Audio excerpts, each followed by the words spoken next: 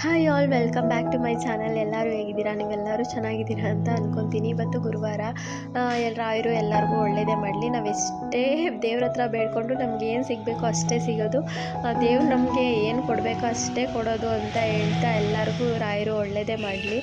ಆದಷ್ಟು ನೋವು ಯಾರಿಗೂ ಬರದೇ ಇರಲಿ ಅಂತ ಹೇಳ್ತಾ ಈ ಬ್ಲಾಗ್ನ ಶುರು ಮಾಡ್ತಾಯಿದ್ದೀನಿ. ಕೆಲವೊಂದು ಹಳೆ ಕ್ಲಿಪ್ಪಿಂಗ್ಸ್ಗಳಿತ್ತು, ನಮ್ಮ ಮಕ್ಳುಗಳು ಆಟ ಆಡೋದು ತುಂಬಾ ಚೆನ್ನಾಗಿತ್ತು. ಈ ವಿಡಿಯೋಸ್ ಎಲ್ಲ ಅಪ್ಲೋಡ್ ಮಾಡೋಣ ಅಂತ ಇವತ್ತು ಸ್ವಲ್ಪ ಎಡಿಟ್ ಮಾಡಿದ್ದೆ.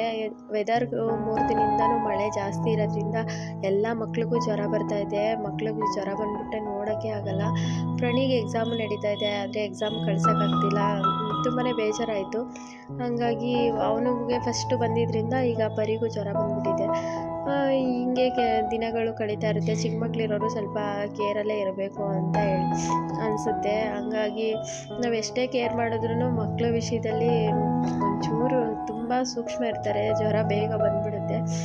ನಾನು ಇವತ್ತು ಹಾಸ್ಪಿಟ್ಲಿಗೆಲ್ಲ ಹೋಗೋಣ ಅಂತ ಅಂದ್ಬಿಟ್ಟು ಕರ್ಕೊಂಡೋಗಿದ್ದೆ. ತುಂಬ ಚೆನ್ನಾಗಿದ್ದ. ಪರಿ ನಮಗೆ ಒಂದೇ ಥರ ಕಾಣಿಸ್ತಾರೆ. Full ಪರಿನ cover ಮಾಡಿಬಿಟ್ಟಿದ್ವಿ. ಈ ಥರ ಅವನ ಅದ್ರೊಳಗೆ ಆಟಾಡ್ತಿದ್ದ. ಎಷ್ಟು ಬೇಗ ಮಕ್ಕಳು ಬೆಳ್ಕೋತಾರೆ ಅಂದರೆ ಗೊತ್ತೇ ಆಗೋದಿಲ್ಲ.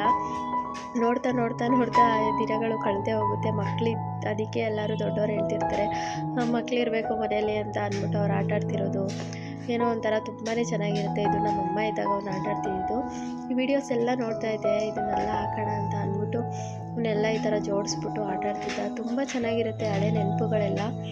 ಇವಾಗ ಜ್ವರ ಬಂದ್ರೂ ಇವರಿಬ್ರಿಗೆ ಮಾತ್ರ ಅಲ್ಲ, ಇವರಿಬ್ರು ನೋಡ್ಕೊಂಡು ನಮಗೆ ಎನರ್ಜಿ ಇಲ್ದಂಗೆ ಇವ್ರ ಜ್ವರ ನಮಗೂ ಶಿಫ್ಟ್ ಆಗಿಬಿಡುತ್ತೆ. ಯಾಕಂದರೆ ರೆಸ್ಟ್ ಇರಲ್ಲ ಅಲ್ವ. ಎಲ್ಲ ಅನ್ಕೋಬೋದು, ಇವ್ರಿಗೆ ಯಾವಾಗಲೂ ಇದ್ದಿದ್ದೆ, ಯಾವಾಗಲೂ ಅದೇ ಕತೆ ಅಂತ ಅನ್ಕೋಬೋದು. ಆದರೆ ಹೆಣ್ಮಕ್ಳಿಗೆ ನಿಜವಾಗ್ಲೂ ರೆಸ್ಟ್ ಇಲ್ಲ ಅಂದರೆ ಆ ಪ್ರೆಷರ್ಗೆ ಜ್ವರ ಬಂದುಬಿಡುತ್ತೆ ಅಂತಲೇ ಹೇಳ್ಬೋದು. ಹಾಗೆ ನಮ್ಮ ಫ್ರೆಂಡಿನ ಹಾಸ್ಪಿಟಲ್ಗೆ ತೋರಿಸ್ಕೊಂಬರೋಣ ಅಂತ ಅಂದ್ಬಿಟ್ಟು ಕರ್ಕೊಂಡು ಹೋಗಿದ್ದೆ. ಇನ್ನೊಂದು ಏನಪ್ಪ ಅಂದರೆ ಮಕ್ಕಳ ವಿಷಯದಲ್ಲಿ ನಾವು ಎಷ್ಟೇ ಮೆಡಿಕಲಲ್ಲಿ ಸಿರಪ್ ತೊಗೊಬಂದು ಹಾಕಿದ್ರೂ ಅದು ಜ್ವರ ಆ ಟೈಮಿಗೆ ಮಾತ್ರ ಬಿಟ್ಟಿರುತ್ತೆ, ಮತ್ತೆ ಬಿಡೋದಿಲ್ಲ. ಯಾಕಂದರೆ ಅವರು ವೆಯ್ಟು ಏಜು ಎಲ್ಲ ಚೆಕ್ ಮಾಡಿಬಿಟ್ಟು ಎಷ್ಟು ml ಡ್ರಾಪ್ಸ್ ಹಾಕಬೇಕು ಅಂತ ಕೊಡ್ತಾರೆ. ನಾವು ಸದ್ಯಕ್ಕೆ ಎಮರ್ಜೆನ್ಸಿಗೆ ಅಂತ ಅಂದ್ಬಿಟ್ಟು ಮೆಡಿಕಲಲ್ಲಿ ತೊಗೊಂಡು ಹೋಗಿ ಹಾಕ್ಬಿಟ್ರೆ ಅದು ಬರ್ತಾನೆ ಇರುತ್ತೆ ಜ್ವರ.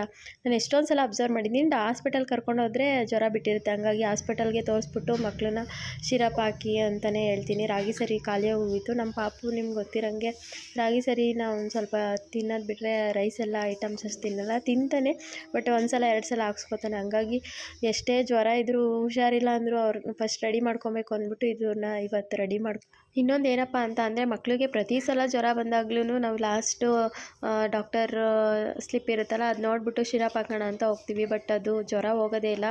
ಮೆಡಿಕಲಲ್ಲಿ ತೊಗೊಂಡು ನಿಜವಾಗ್ಲೂ ಹಾಕೋಕ್ಕೆ ಹೋಗಬೇಡಿ. ಯಾವಾಗ ಡಾಕ್ಟರ್ ಹತ್ರ ಕನ್ಸಲ್ಟ್ ಮಾಡಿಬಿಟ್ಟೇ ಹಾಕಿ ಮಕ್ಕಳಿಗೆ. ಯಾಕಂದರೆ ಅವರು ತಿಂಗಳಿಗೂ ಬೆಳೀತಾ ಇರ್ತಾರೆ, ಹೈಟ್ ಬೆಳೆದಿರ್ತಾರೆ, ದಪ್ಪ ಆಗಿರ್ತಾರೆ.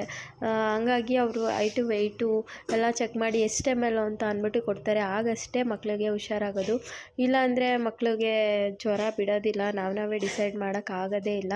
ನಾವು ಕನ್ಸಲ್ಟ್ ಮಾಡೇ ತೊಗೋಬೇಕು ಡಾಕ್ಟ್ರಿಗೆ ಅಂತ ಹೇಳ್ತಾ ಇರ್ತೀನಿ. ಮಕ್ಕಳ ವಿಷಯದಲ್ಲಿ ತುಂಬ ನಾವು ಕೇರ್ ಮಾಡಬೇಕು. ಯಾಕಪ್ಪ ಹೇಳ್ತಾ ಇದ್ದೀನಿ ಅಂತ ಅಂದರೆ, ಹಂಗೆ ನಮ್ಮ ರಿಲೇಟಿವ್ ಒಂದು ಮಗುವಿಗೆ ಜ್ವರ ಬಂದು ತುಂಬ ಅವರು ಹಂಗೆ ಸಿರಪ್ ಹಾಕಿ ಇಟ್ಕೊಂಡಿದ್ದಾರೆ ಅನಿಸುತ್ತೆ. ಆ ಜ್ವರ ಸಿಕ್ಕಾಬಟ್ಟೆಯಾಗಿ ಏನು ಬ್ರೈನ್ಗೆ ಹೊಟ್ಟೋಗುತ್ತೆ ಜ್ವರ ಅಂತಲೇ ಹೇಳ್ಬೋದು, ಮೆದುಳಿಗೆ ಹೋಗುತ್ತೆ ಅಂತಾರೆ. ಹಂಗಾಗಿ ಅಲ್ಲಿವರೆಗೂ ಬಿಟ್ಕೊಳ್ಳೋದು ಬೇಡ. ಆದಷ್ಟು ಎಲ್ಲರಿಗೂ ಇವಾಗ ಹೆಂಗೂ ಮೆಡಿಕಲಲ್ಲೂ ಸಿರಪ್ ತೊಗೋತೀವಿ. ಹಂಗಾಗಿ ಡಾಕ್ಟರ್ ಹತ್ರ ತೋರಿಸ್ಬಿಟ್ಟೆ ತೊಗೊಳ್ಳೋದು ಒಳ್ಳೆಯದು ಅನ್ನೋದು ನನ್ನ ಅಭಿಪ್ರಾಯ. ಅದು ನನಗೆ ಎಷ್ಟೊಂದು ಸಲ ಅನುಭವ ಆಗಿದೆ. ನನ್ನ ಮಕ್ಳಿಗೆ ಪ್ರತಿ ಸಲ ನಾನು ಜ್ವರ ಬಂದಾಗಲೂ ನಾನು ಹಾಕಿದ್ದೀನಿ ಮೆಡಿಕಲಲ್ಲಿ, ಇಲ್ಲ ಅಂತ ಹೇಳಲ್ಲ. ಬಟ್ ನಾವು ಹಾಕ್ದಾಗ ಖಂಡಿತ ಜ್ವರ ಹೋಗಿಲ್ಲ. ನಾವು ಹಾಸ್ಪಿಟ್ಲಿಗೆ ಒಂದು ಸಲ ತೋರಿಸ್ಕೊಂಡು ಬಂದಮೇಲೆ ಅದು ಜ್ವರ ಕಡಿಮೆ ಆಗಿರೋದು ಅಂತಲೇ ಹೇಳ್ಬೋದು. ಹಂಗಾಗಿ ನನ್ನ ಅನುಭವನ ನಿಮಗೂ ಶೇರ್ ಮಾಡ್ತಾಯಿದ್ದೀನಿ. ನೀವು ಪ್ರತಿ ಸಲನೂ. ಆಮೇಲೆ ಏನಪ್ಪ ಹೇಳಬೇಕು ಅಂತ ಅಂದರೆ, ನಾವು ಹಳೇದು ಸಿರಪ್ ತಂದಿರ್ತೀವಲ್ಲ, ಓಪನ್ ಆದಮೇಲೆ ಅದು 3 days 4 days ಆದಮೇಲೆ ಮತ್ತೆ ಯೂಸ್ ಮಾಡಬಾರ್ದು. ನೀವು ಲಾಸ್ಟ್ ಟೈಮ್ ತಂದಿದ್ದೀವಿ, ಒಂದು 15 ದಿನ ಆಗಿದೆ, 1 ತಿಂಗಳಾಗಿದೆ ಅಂತ ಯೂಸ್ ಮಾಡೋಕ್ಕೆ ಹೋಗಬೇಡಿ. ಅದು ಓಪನ್ ಮಾಡಿಲ್ಲ ಅಂದರೆ ಯೂಸ್ ಮಾಡಿ. ಓಪನ್ ಮಾಡಿ 2-3 days ಅದು ಹಂಗೆ ಇಟ್ಟರು ಅದು ಇದಾಗುತ್ತೆ. ಕಂಟಿನ್ಯೂಸ್ ಹಾಕಂಗಿದ್ರೆ ಒಂದು 5 days ಹಾಕ್ಬೋದು.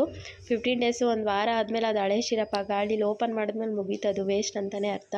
ಹಾಗಾಗಿ ಅದನ್ನೆಲ್ಲ ಹಾಕೋಕ್ಕೆ ಹೋಗಬೇಡಿ. ಹೊಸದೇ ಸಿರಪ್ ತೊಗೊಬಂದು ಹಾಕಿ ಮಕ್ಕಳಿಗೆ ಅಂತ ಹೇಳ್ತಾ ಇದ್ದೀನಿ. ಯಾಕಂದರೆ ನನಗೆ ಇದೆಲ್ಲ ಅನುಭವ ಆಗಿಬಿಟ್ಟಿದೆ. ಅದು ಕೆಮಿಕಲ್ ಆಗಿಬಿಡುತ್ತೆ. ಸಿರಪ್ ಒಳಗಡೆ ಗಾಳಿ ಹೋಗ್ಬಿಟ್ರೆ ಎಲ್ಲ ಸಿರಪ್ಪು ಕೆಮಿಕಲ್ ಆಗಿಬಿಡುತ್ತೆ. ಹಂಗಾಗಿ ನನ್ನ ಅನುಭವನ ನಿಮ್ಮ ಹತ್ರನೂ ಶೇರ್ ಮಾಡೋಣ ಅಂತ ಮಾಡ್ತಾಯಿದ್ದೀನಿ. ನೋಡಿ ನಮ್ಮ ಮನೆಯವರು, ನಮ್ಮ ಮನೆಯವರು ಏನು ಮಾಡ್ತಿದ್ದಾನೆ ಅದೇ ಮಾಡ್ತಿದ್ದಾನೆ. ತುಂಬ ಚೆನ್ನಾಗಿತ್ತು ಈ ವಿಡಿಯೋ, ಸಿಕ್ಕಾಪಟ್ಟೆ ಇಷ್ಟ ಆಯಿತು ನನಗೆ. ಹಾಗಾಗಿ ಇದನ್ನ ನೋಡ್ಕೊಂಡು ಒಂಥರ ಖುಷಿ ಆಗ್ತಾಯಿತ್ತು. ಅದಕ್ಕೆ ಈ ಕ್ಲಿಪ್ಪಿಂಗ್ಸನ್ನು ಹಾಕಿದೆ. ಎಷ್ಟು ಚೆನ್ನಾಗಿ ಮಾಡ್ತಾಯಿದ್ದಾನೆ ಅಂದರೆ ನಮ್ಮ ಮನೆಯವ್ರು ಏನು ಮಾಡ್ತಾವ್ರೆ ಅದನ್ನೇ ಮಾಡ್ತಿದ್ದಾನೆ. ನೋಡಿ ಎಷ್ಟು ಕ್ಯೂಟಾಗಿ ಮಾಡ್ತಿದ್ದಾರೆ ಅಂದರೆ ಇಬ್ಬರೂ. ತುಂಬ ಇದೆಲ್ಲ ಖುಷಿಯಾಗುತ್ತೆ ನಂಗೆ. ಅವಾಗವಾಗ ಬೇಜಾರಾದಾಗ ಈ ಥರದ್ದೆಲ್ಲ ನೋಡ್ತಾ ಇರ್ತೀನಿ ನಾನು. ಹಳೆ ವೀಡಿಯೋಸ್ ಎಲ್ಲ ತೊಗೊಂಡು ಕೆಲವೊಂದು ಡಿಲೀಟ್ ಆಗಿಬಿಡುತ್ತೆ. ಹಂಗಾಗಿ ಇನ್ಸ್ಟಾಗ್ರಾಮಲ್ಲೋ ಅಥವಾ ಫೇಸ್ಬುಕ್ಕಲ್ಲೋ ಹಾಕಿದರೆ ಇರುತ್ತೆ ಅಂತ ಅಂದ್ಬಿಟ್ಟು ಇವಾಗ ಯೂಟ್ಯೂಬಲ್ಲಿ ಹಾಕಿದ್ರೂ ಅದೆಲ್ಲ ಮೆಮೊರೀಸ್ ಡಿಲೀಟ್ ಆಗಲ್ಲ ಅಂತ ಅಂದ್ಬಿಟ್ಟು ಇದನ್ನೆಲ್ಲ ಎಡಿಟ್ ಮಾಡಿಕೊಂಡು ನಾನು ಎಲ್ಲನೂ ಆಗ್ತಾಯಿದ್ದೆ. ತುಂಬಾ ಖುಷಿ ಆಗುತ್ತೆ ನನಗೆ. ಮಕ್ಳುಗಳು ಎಷ್ಟು ಬೇಗ ಬೆಳೆದ್ಬಿಟ್ರಪ್ಪ, ನನಗೆ ಗೊತ್ತಾಗ್ತಾ ಇಲ್ಲ ಹೆಂಗೆ ಸಾಕಿದ್ವೋ ಏನೋ ಅಂತ ಸಿಕ್ಕಾಬಟ್ಟೆ ಯೋಚನೆ ಒಂದೊಂದ್ಸಲ. ಆದರೂ ತುಂಬ ಖುಷಿ ಆಗುತ್ತೆ ಅಂತಲೇ ಹೇಳ್ಬೋದು. ಮತ್ತು ನನ್ನ ಸ್ಯಾರಿ ಕಲೆಕ್ಷನ್ಸು ಎಲ್ಲರೂ ಹೀಗೆ ಸಪೋರ್ಟ್ ಮಾಡ್ತಾಯಿದ್ರಿ. Thank you for watching. Thank you. ಪ್ರತಿಯೊಂದು ಸ್ಯಾರಿಗಳೂ ತುಂಬಾ ಚೆನ್ನಾಗಿದೆ. ಮತ್ತು ನವರಾತ್ರಿಗೆ ಎಲ್ಲ ಕಲರ್ಸ್ 9 ಕಲರು ಬೇಕಾಗಿರುತ್ತೆ. ಎಲ್ಲ ಕಲರ್ಸೂ ಸ್ಯಾರೀಸು ಅವೈಲೇಬಲ್ ಇದೆ. ಇನ್ಸ್ಟಾಗ್ರಾಮಲ್ಲಿ ಅಪ್ಲೋಡ್ ಮಾಡ್ತಾಯಿದ್ದೀನಿ. ನಿಮ್ಗೇನಾದರೂ ಸ್ಯಾರಿ ಬೇಕು ಅಂದರೆ ಆ್ಯಸ್ ಯೂಶುವಲ್ ಸ್ಕ್ರೀನ್ಶಾಟ್ ತೆಗ್ದು ವಾಟ್ಸಪ್ ಮಾಡಿ. ಇನ್ನು ನಮ್ಮ ಮನೆಗೆ ನಿಯರ್ ಆಗಿರೋರು ಮನೆಗೆ ಬಂದು ಪರ್ಚೇಸ್ ಮಾಡಿ ಅಂತ ಹೇಳ್ತಾ ನಾವು ಅಡ್ರೆಸ್ಸಲ್ಲಿ ಬಂದು ತೊಗೊಂಡು ಹೋಗ್ಬೋದು. ತುಂಬಾ ಜನ ನನಗೆ ಆನ್ಲೈನಲ್ಲಿ ಇಂಥ ಆಫ್ಲೈನಲ್ಲಿ ಸಿಕ್ಕಾಬಟ್ಟೆ ಮನೆಗೆ ಬಂದು ಎಲ್ಲ ಪರ್ಚೇಸ್ ಮಾಡ್ತಿದ್ದೀರಾ. ಬರೋ ಸ್ಯಾರಿ ಎಲ್ಲ ಸೋಲ್ಡ್ ಔಟ್ ಆಗಿದೆ. ನಿಮ್ಮೆಲ್ಲರೂ ಸಪೋರ್ಟಿಂದ ಥ್ಯಾಂಕ್ ಯು ಸೋ ಮಚ್.